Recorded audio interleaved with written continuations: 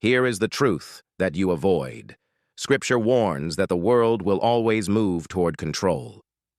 In 1 John chapter 4, the apostle warns that many false spirits go out into the world.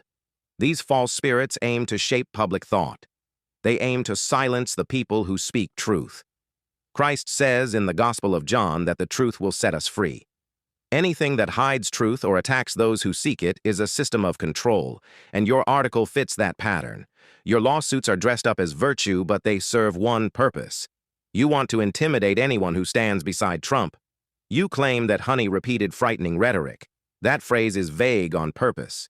You want people to picture something dark and sinister, but you never show any proof. You never show any actual harm.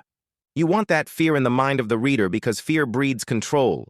You accuse Trump of wanting to subvert elections, but what you describe is a review of what went wrong in 2020. You turn a reasonable request for verification into a threat. You pretend that any attempt at honest oversight is an assault on democracy. That is control. You frame your story in a way that demands blind trust in the current system, even though the system is run by the same people who expanded surveillance and censorship for years. You attack voter maintenance work.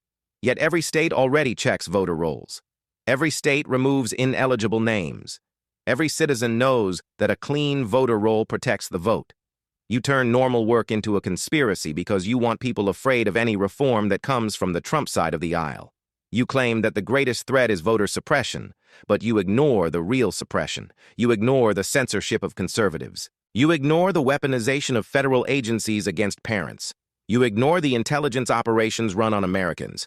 You ignore the secrecy surrounding how these agencies store personal data. Your claims about non-citizen voting try to paint a simple issue as racist or oppressive. But the Bible teaches stewardship. Christ says in Luke chapter 16 that anyone who is faithful with little will be faithful with much. Elections are a form of stewardship. Leaders have a duty to guard the process. When Americans ask questions, they are not a threat. They are doing what free citizens do. That is not suppression. That is responsibility.